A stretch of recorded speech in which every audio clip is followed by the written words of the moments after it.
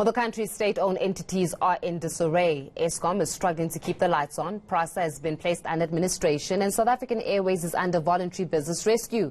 Outa and the South African Pilots Association want the courts to declare former SAA chairperson Dudu Myeni a delinquent director. So what is the role of directors at SOEs, and can the boards of state-owned entities be held accountable?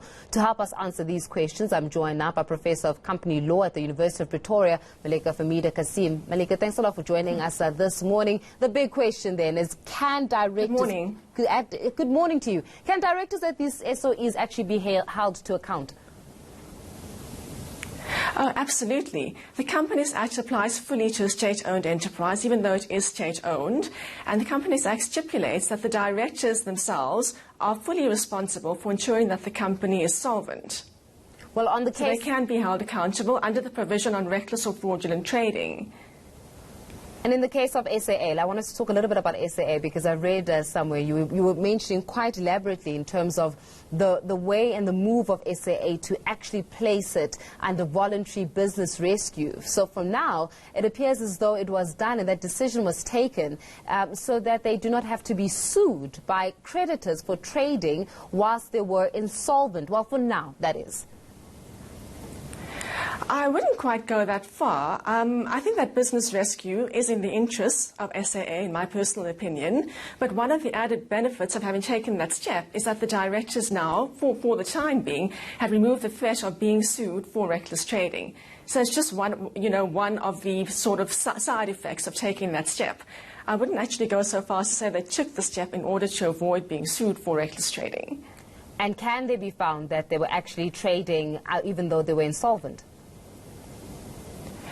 Well, according to information in the public domain, SAA was trading while technically insolvent and unable to pay its debts to creditors. So there is a risk that they could be found to have been guilty of reckless or fraudulent trading. And if they are found guilty by a court of law, there are some severe consequences under the Companies Act. There's a whole host of remedies in company law for reckless or fraudulent trading. So when it comes to directors now, let's look at directors at SOEs in general then. Where does accountability lie? Because we've seen in the past, it's hardly that directors actually, foot the bill for lack of competence displayed whilst at the helm of some of these SOEs. We're not talking about a new phenomenon. It's been a growing phenomenon for over many years. Yes. Well, basically, to tell you a little bit about reckless or fraudulent trading. Fraudulent trading means that a company continues to trade and incur debts when its directors actually know that there's no chance of ever being able to pay those debts. Reckless trading, on the other hand, is where the directors do not know, but reasonably should have known, that there's no chance of being able to pay creditors. Now, if this happens, the consequences are as follows. Firstly, the directors could be held personally liable to compensate the company for any losses sustained by the company. This means that to pay the company out of their own pockets. Secondly, if they're found to have traded fraudulently, not recklessly but fraudulently, it could then be a criminal offence, and the sanction is a fine or imprisonment for up to 10 years. That's a really long time, potentially.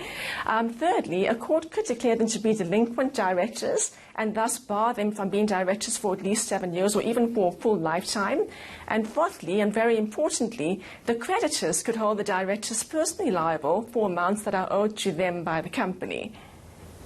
And then when it comes to this case in the South African context, because I want us to be real about this, how many directors have we seen over the years that have actually held account and have been told, listen, especially in the public sector, and been told, listen, you actually failed to deliver on your mandate, so therefore we're placing you, and you have to actually foot the bill for this accountability that you have to take, or being reckless in this way, or mismanagement in that area, because a lot of times what we see and what we have seen is redeployment.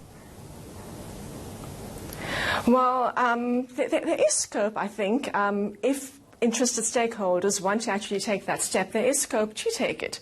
For instance, you could have a trade union or any other stakeholder using an action called the derivative action to sue the directors on the company's behalf in order to recover compensation for the company itself.